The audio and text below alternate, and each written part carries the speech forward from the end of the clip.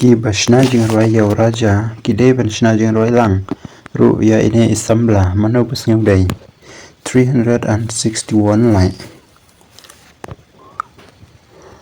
How simple and honest she was, taking along with her dad to talk about her relationship issue. It shared into the generation 103 lai.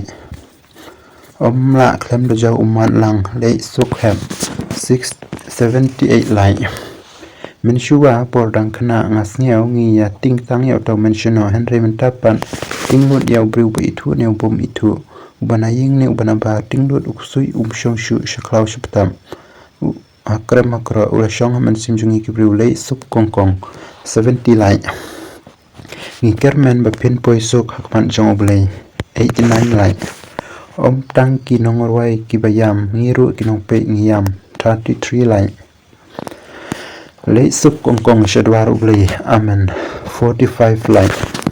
Lay sup jing sup pinyo junom bat utrai amen 31 lai.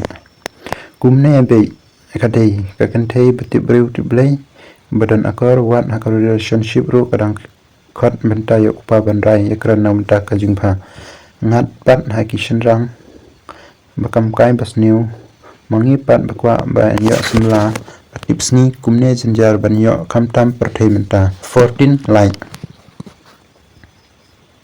Shong suk hakikti jisu medo ublay un saaya genong yaw ne ubrew transnam kat kum gajing kwa anjungu 20 lai. Sdin pasi lem kumta omdon jingla hang ne hapertai 31 lai. Ngam nang ong shu 19 lai. Ngamla shu banda klem da jaw uman 17 lai.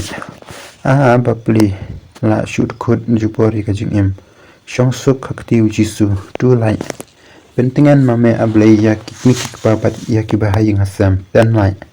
Lay suk hem hadwar ublay un kakhu ya kasiying kasam jong fi 9 lai. Ba smiling shna jing rwai ini kongru please 3 lai. May her soul rest in peace dear phyrnailin 20 lai.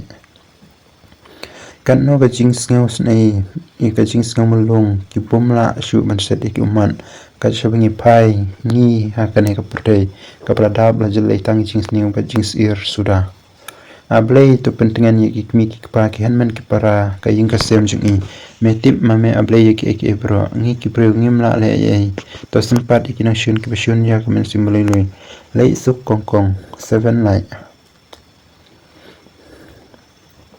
Yakum ne ubrew transnam omday ban pelai shirta jing im. Tamne perlok kuleshun.